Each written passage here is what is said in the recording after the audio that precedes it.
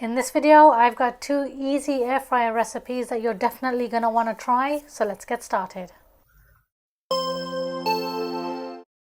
The first is these amazing zucchini fritters or cutlets, and I'm going to make these keto friendly.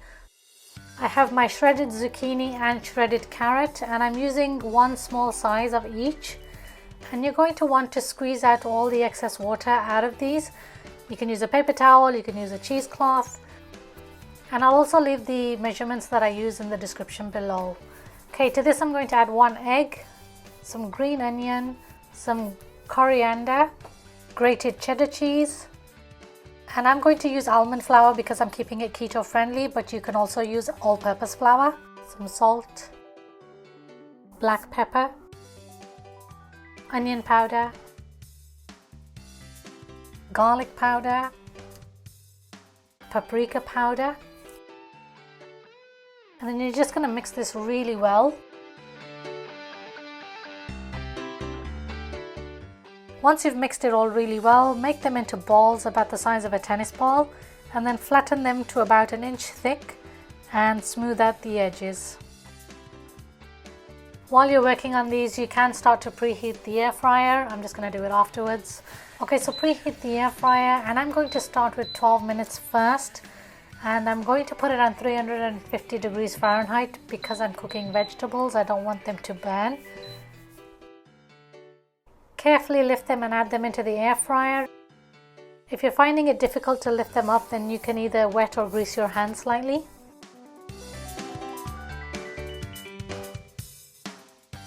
Okay, I've managed to get all 6 into my 7/4 basket.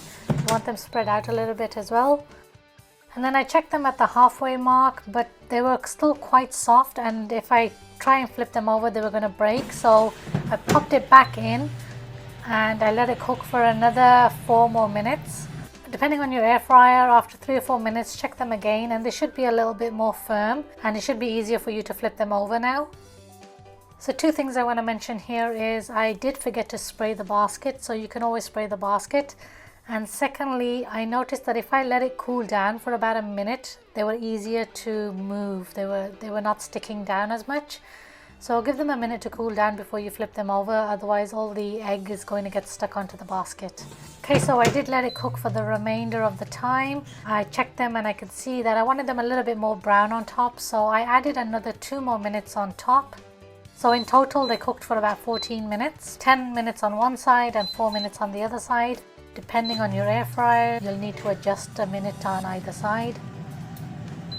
Okay, and once they're all done, you should have a nice golden color coating on top.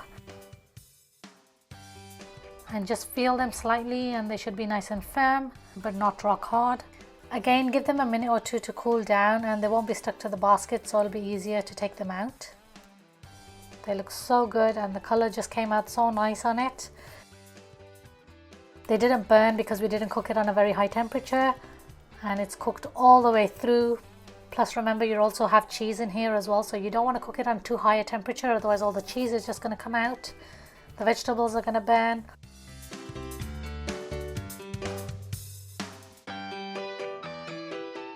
So 350 is a good temperature to cook these on, and look at that.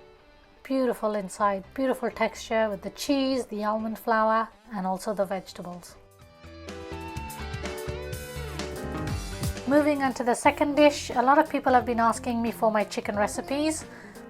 Here I'll be making a couple of leg and thigh pieces. They've been cleaned and washed.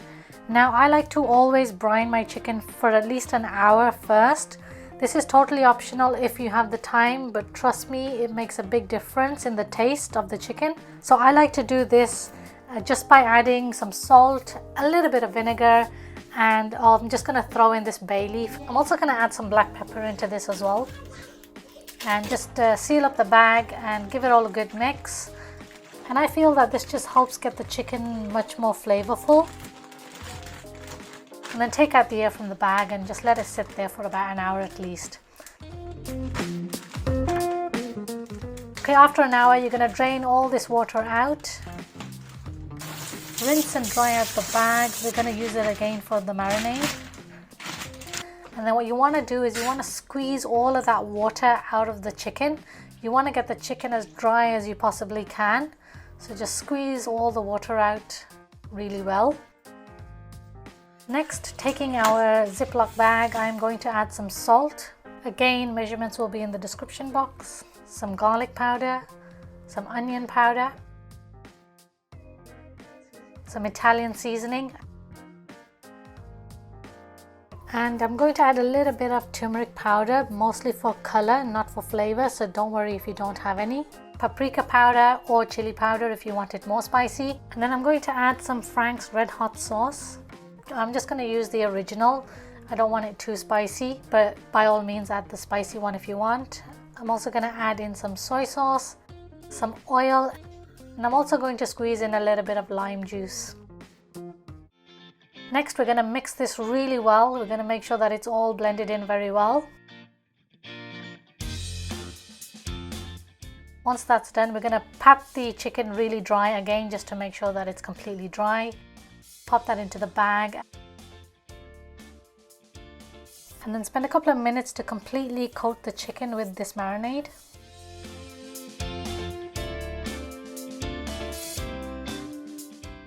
Mix it all really well. Take out all the air and seal the bag as tight as you can, and then just pop it in the fridge. You want to at least 4 to 6 hours. I like to leave it overnight. Okay, I'm going to preheat my air fryer on air fryer mode, 400 degrees for 25 minutes. So just a note, my chicken has been sitting outside of the fridge at room temperature for at least an hour. So it's always a good idea to take it out about 30 minutes before if you can remember to. And this will help cook it more evenly and faster as well. I don't want to waste any of my marinade, so I'm going to brush some of it onto the chicken again. And then I'm going to sprinkle on some baking powder. Now this is what makes it so crispy. So you're just going to sprinkle it on both sides, starting with the underside first and then sprinkle the top side. Pause your air fryer if the preheat is done. And just look at all that baking powder starting to fizzle on the chicken. And when you're ready, add it to the air fryer with the skin side down. This is really important because this is what's going to make the top nice and crispy. So do it skin side down first. Partway through, flip them over, and I'm also going to spray on a little bit of canola oil. If you don't have a spray, you can also brush it on. Now 25 minutes is based on what my air fryer and the size of the chicken leg and thigh that I have. But obviously you need to check your own air fryer settings, and also the size of your chicken will also make a difference in the timing. But 25 minutes and mine seems to be done. So if you need to add on a few more minutes, or if you need to check a couple of minutes before, then do so. But 25 minutes for mine, and oh, they look so good. I'm just gonna take them out, and these look amazing. Look at that, all that crispy and bubbly skin that you have from the baking powder. Oh, that looks so good. And let me just show you just how crispy the skin turned out. Can you just hear that?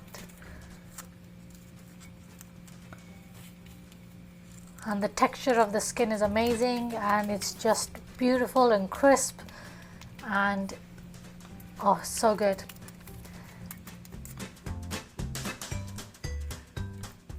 And when I did cut into it, you can see that it is cooked all the way through, and it is nice and juicy. And if you can just see, also the brine also helped as well with getting some of the flavor right into the center of the chicken. But it was really hot for me to cut, but I'm just so excited to show you guys.